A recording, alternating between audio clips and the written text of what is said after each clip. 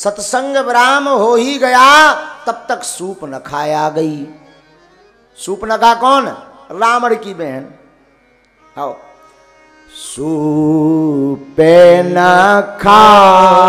रावण के बहनी, सूपनखा रावण के बहनी। सूपनखा रावण की बहनी पंचवटी आई। पंचवटी अच्छा कब आई जरा देखना, जब राम जी ने लक्ष्मण जी को सत्संग सुना दिया, विद्या विद्या जीवात्मा परमात्मा इनमें भेद अंतर सार बता दिया, सोई सूपनखा आ गई। कछु जने बोले बताओ महाराज भागवत के बाद सूपनखा आओ, कोई भागवत करो सूपनखा आ जाए, कहीं अच्छो फल मिलो। ऐसे ही एक हमारा चेला हतो, हमने हुए भागवत सुनाई बहुत दिन पहले, 10 साल हो गए हमने भागवत सुनाई। कछु दिन भागवत करके हम तो वापस आ ही गए। उनके गांव के लोग 2-3 माह बाद आए, हमने कहा बताओ हमारे जजमान के क्या हाल है? बोले वे तो पौवा बेचन लगे। हमने कहा अच्छा फल मिला फिर तो, भागवत तो ये नहीं है फलीभूत भाई। कई कहे हम कि बताओ हमारी भागवत सुनने के बाद ठेका ही धन लाओ। ठेका सीधो ठेका। हम कही छोटे मोटे पौवा का ठेका? अरे बोलो पूरो ठेका। हम कही लो असली भागवत तो नहीं है फलीभूत भाई। बोलो सीताराम। ऐसे ही रामायण में भाव सूपनखा, जब लक्ष्मण जी राम जी ने उपदेश सुना दो सूपनखा आई, तो किसी ने पूछा कि भाई सूपनखा क्यों आई? बाद में आ जाती आगी लगी, पहले ही कहे आ गई। एक जने बढ़िया बात बोले सत्संग के बाद ही तो परीक्षा होती है। जो विद्यार्थी पढ़ लेता उसी की तो परीक्षा होती है। राम जी ने लक्ष्मण जी को पढ़ा दिया, परीक्षा ले रहे हैं कि तुम इसे बच पा रहे। बताओ तुम वासना से, सूपनखा है वासना, बताओ तुम वासना से अपनी नाक कान कटवाओगे या कथा को सुनने के बाद में वासना के नाक कान काटोगे? इसीलिए सूपनखा रावण की बहनी, सूपनखा रावण की बहनी,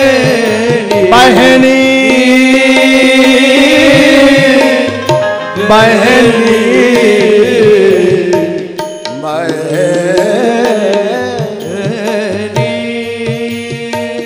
सूपनखा रावण की बहनी। दुष्ट हृदय तारुण जस दुष्ट हृदय तारुण पंचवटी सो गई एक बार, पंचवटी सो गई एक बार, पंचवटी सो गई। अब आई पंचवटी में, राम जी तो बैठे ही थे। राम जी तो समझ गए, धीरे से मन ही मन बोले लक्ष्मण भैया बचियो। जाए आ गई, लक्ष्मण जी दूर घूमने लगे। राम जी लो आई तो राम जी यहाँ देख के सुंदर रूप बनाओ। अच्छा एक बात और सुनो, जो नकली प्रोडक्ट होता है उसकी पैकिंग खतरनाक की जाती है। हाँ, असली की जितनी बढ़िया पैकिंग नहीं की जाती उतनी नकली की। सूपनखा दिखने में नहीं थी ऊँची, पर राम जी को लक्ष्मण जी को देख करके सुंदर रूप धारण किया। और आजकल तो एक जन हमें बता रहे थे, अब हो सकता गलत बात हो, ब्याह होने के बाद ज्यादातर पुरुष मेकअप करने वालों को कोसते हैं। हाँ, एक जन हमें बता रहे थे, कुछ दिन पहले आए थे। हम कहा क्यों? हमने पूछा क्या करते? बोले मैं गुरुजी मेकअप करवाते हैं। मेकअप? बोले हम तो बड़ा पाप का काम करते हैं। हम कहा तुम पाप का क्यों करते हो? ये पाप का काम थोड़ी है, सजाना संवारना अच्छी बात है, सजना भी चाहिए। अरे बोले गुरुजी करिया प्रोडक्ट हम वाइट बनाए थे। हाँ, जौन मार्केट में सेल भी ना हो वो भी बिक जात। हाँ, बोले जिसका एक भी ग्राहक नहीं मिल रहा है, बोले ब्याह होत में चाहे दूल्हा छोड़ के भग जाए, लेकिन हम ऐसी डेंटिंग पेंटिंग कर देते हैं। हाँ,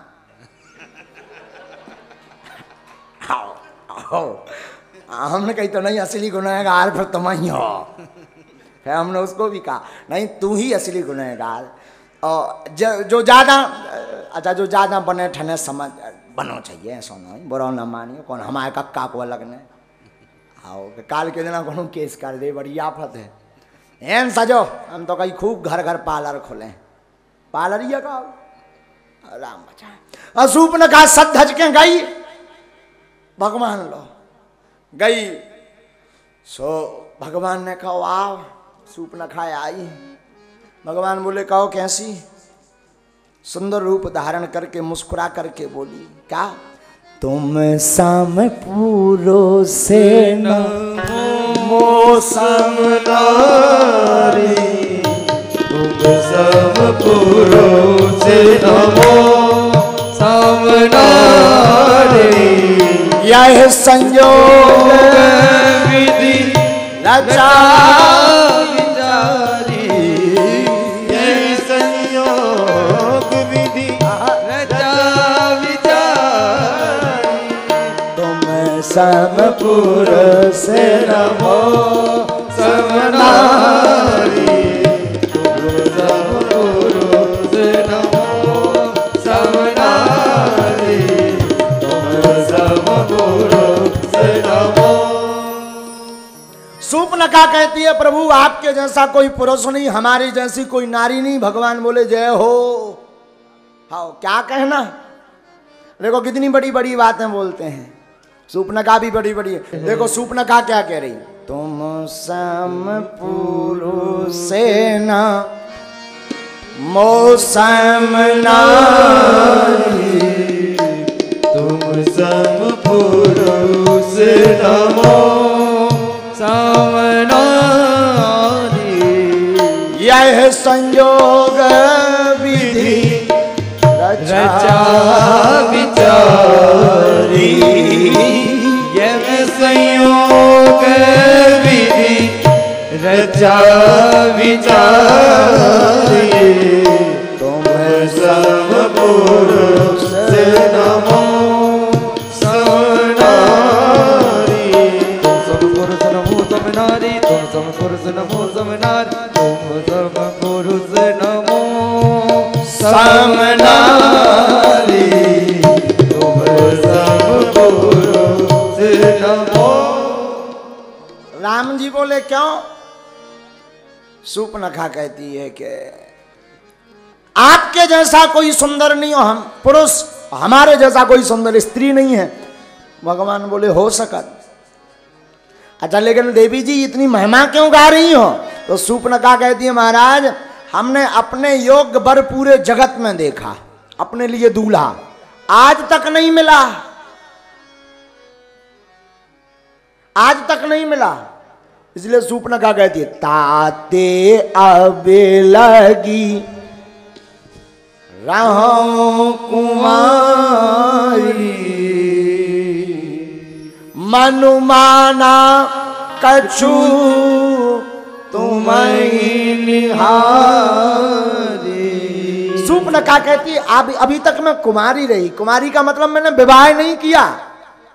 भगवान बोले क्यों नहीं किया, बोले वर कोई मिला ही नहीं, दूल्हा मिला ही नहीं हमारे योग्य। भगवान मन ही मन बोले जय हो, बड़ी लबरू हो तुम तो। फिर भी भगवान कुछ नहीं बोले, लेकिन सूपनखा तो अपनी बड़वारी दिए जा रही है। सूपनखा कहती है आज तक हम कुमारी रहे, पर आपको देख करके कुछ मन हुआ कि विवाह कर सकते हैं। भगवान बोले कुछ पूरा नहीं। सूपनखा बोले नहीं नहीं कुछ है। तो मन ही मन भगवान सोचने लगे धन्य है, एक तो धन्य है ये कन्या जो अपने लिए वर देखती हो, वो कन्या ही धन्य है। समझ जाओ कितने खानदान की है, जो अपने लिए खुद लड़का दे गए, समझ जाओ कितने ऊंचे कुल के खानदान की है। और ऊपर से कहे कि मन माना का जो तुम्हें निहारी, हमारे योग्य वर मिला नहीं। बताओ हमें देख के भी कह रही कि कुछ मन पूरा नहीं। इसका मतलब कल के दिन हमसे कोई 20 नंबर का मिल जाएगा तो हमें छोड़ देगी। भगवान बोले धन्य है धन्य है धन्य है। लेकिन जब राम जी चर्चा कर रहे हैं तो सूपनखा की तरफ नहीं देख रहे। प्रभु बात करते हैं तो जानकी जी की तरफ देख करके बात करते हैं। सीता चिताए कही प्रभु बाता, सीता चिताए कही प्रभु बाता, आये कुमार मोरे लगु राता, आये कुमार मोरे लगु राता, हाँ आये कुमार मोरे लगु राता। श्री राम जी जानकी जी की तरफ देख करके सूपनखा को कहते हैं, सूपनखा देखो भाई, हमारा तो प्लाट रजिस्ट्रीकृत है, हम प्रमाण पत्र साथ में लेकर के चलते हैं, हमारी तो शादी हो चुकी है और हमारी धर्मपत्नी हमारे साथ में है, पर हमारे छोटे भैया हैं, उनको प्लाट अब खाली है, तो तुम हमारे लो ब्याह को प्रस्ताव न दो, माए जाओ। तो बहुत से लोग यहाँ पर तर्क करते कुतर्क करते कि बताओ भगवान होकर के झूठ बोल रहे, राम जी भगवान है, ब्रह्म है, और झूठ बोल रहे कि आहा ये कुमार मोरे लघु भ्रात, हमारा लघु भाई कुमारा है। तो भगवान ने झूठ बोला? नहीं, भगवान ने झूठ नहीं बोला। भगवान यहां पर वह सूक्ति को सिद्ध करना चाहते, सठे साठ्यम समाचरित। सूपनखा ने भी तो झूठ बोला, उसने भी क्या कहा? ताते आबे लगी रहो कुमारी, सूपनखा कह रही ताते अब लगे रहो कुमारी, मन माना कछु तुम ही निहारी, मन माना कछु तुम ही निहारी, तुम है निहारी हाँ तुम है निहारी, तुम ही निहारी हाँ तुम ही निहारी, ताते आबे लगी रहो कुमारी, ताते अब लगे रहो कुमारी, ताते अब लगे रहो। जब सूपनखा झूठ बोल सकती, बल्कि झूठ इसलिए बोली कि राम जी विवाह कर लें और आपको सुनकर के अच्छा लगेगा, सूपनखा की भी शादी हो चुकी थी। सूपनखा के पति का नाम था विद्युज्जिह्वा, और विद्युज्जिह्वा रावण से भी ज्यादा बलवान था, परंतु रावण ने अपने कंपटीशन को देखते हुए, प्रतिस्पर्धा को देखते हुए रावण ने उसका वध करवा दिया छल के साथ। तो सूपनखा ने संकल्प ले लिया था कि जिस प्रकार हमारा घर उजाड़ा, भैया मैं तुम्हारा भी घर उजाड़ दूंगी। इसलिए सूपनखा झूठ बोलती, क्या हम भी कुमारे। तो राम जी ने भी कहा जब तुम कुमारी तो हमारा छोटो भैया भी कुमार हो, तुम्हें झूठ बोलने में शर्म नहीं तो हमें क्या दिक्कत, सठे साठ्यम समाचरे। इसलिए राम जी ने कहा, भगवान झूठ नहीं बोले, उसको जवाब दे रहे क्या? आहा ये कुमार मोरे लघु भ्राता। अब सूपनखा गई लक्ष्मण जी के पास। लक्ष्मण जी सूपनखा की तरफ देख करके समझ गए भगवान ने भेजी, लेकिन ये दुश्मन की बहनी है। तो धीरे से लक्ष्मण जी बोले, अच्छा एक बात बताओ, तुम एक बात बताओ, हाँ जो बताओ देवी जी, तुम दासी बनना चाहती हो कि रानी? सूपनखा बोली रानी। लक्ष्मण जी बोले हम तो हैं दास, अगर हमारे संगे ब्याह करो सो रहो दास, हम तो राम जी के दास, तुम्हें दासी बनने पड़े, जीवन भर रहो दास। एक काम करो, राजा हाँ तो 2-3 चल जाती, भलाई उनको एक ब्याह होगा, होता ही जाओ, उनसे ब्याह करो तो रानी बन जाओ। सूपनखा बोली ये भी समझदारी की बात कर रहे, बात तो ऊंचे लेवल की है, करोड़ों की है, काया इनके चक्कर में फंसोजे तो सही में दास आए, और दास की अगर दासी बने तो जिंदगी भर रहो दास। रानी बनवे के चक्कर में सूपनखा फिर से राम जी के पास आई। राम जी मुस्कुरा गए कि लक्ष्मण भैया ने डेका डॉन को दे दो। हाँ, राम जी मुस्कुरा गए प्रेम के पूर्वक। हाँ, राम जी के पास आई राम जी ने फिर लक्ष्मण जी की तरफ भेज दिया। और जैसे ही भेजा तो अब की बार तो लक्ष्मण जी का थोड़ा सा पारा गर्म हुआ। लक्ष्मण जी ने कहा, देवी तुम्हारे साथ वही विवाह करेगा जो लज्जा का तृण तोड़ देगा, अर्थात जो निर्लज्ज होगा वही तुम्हारे साथ विवाह करेगा। शूर्पणखा बोली, क्यों? बोले, कभी हमारे पास, कभी भैया के पास, प्रभु जी के पास, तुझे शर्म नहीं आती, लज्जा नहीं आती। शूर्पणखा बौखला गई। तब खिसियानी राम पह गई, रूप भयंकर प्रकट भई, रूप भयंकर प्रकट खिसिया करके गई राम जी के पास। भयंकर विकराल रूप बना करके शूर्पणखा गई। उसने मन में विचार किया कि हमारे मार्ग में रोड़ा तो ये औरत है, जानकी जी है। सो उसी की तरफ खाने के लिए दौड़ी। भगवान ने इशारा कर दो लक्ष्मण जी की तरफ कि यहाँ तनक सो जग को प्रसाद दे दो। लक्ष्मण जी तो सभी इशारे समझते। लक्ष्मण जी ने एक बे इशारा करके पूछो, बिल्कुल ही तेरे ही करवाऊं ने प्रभु, कि कछु छोड़ने हैं? राम जी बोले, नहीं, कछु चुनौती है। हाँ, तब क्या? लक्ष्मण अति लाघव सुनाक कान बिनु की, ताके कर रावण कहो मनो चुनौती दी। शूर्पणखा के नाक कान को काट लिया और छोड़ दिया। धन्य है लक्ष्मण जी का ये चरित्र, जो राम जी का सत्संग सुन लेता है, मानो ये चरित्र कहता हो, वो फिर वासना से अपनी नाक कान नहीं कटवाता है। अब तू जो राम कथा को जीवन में उतार लेता है, वो वासना के ही नाक कान काट करके भगा देता है।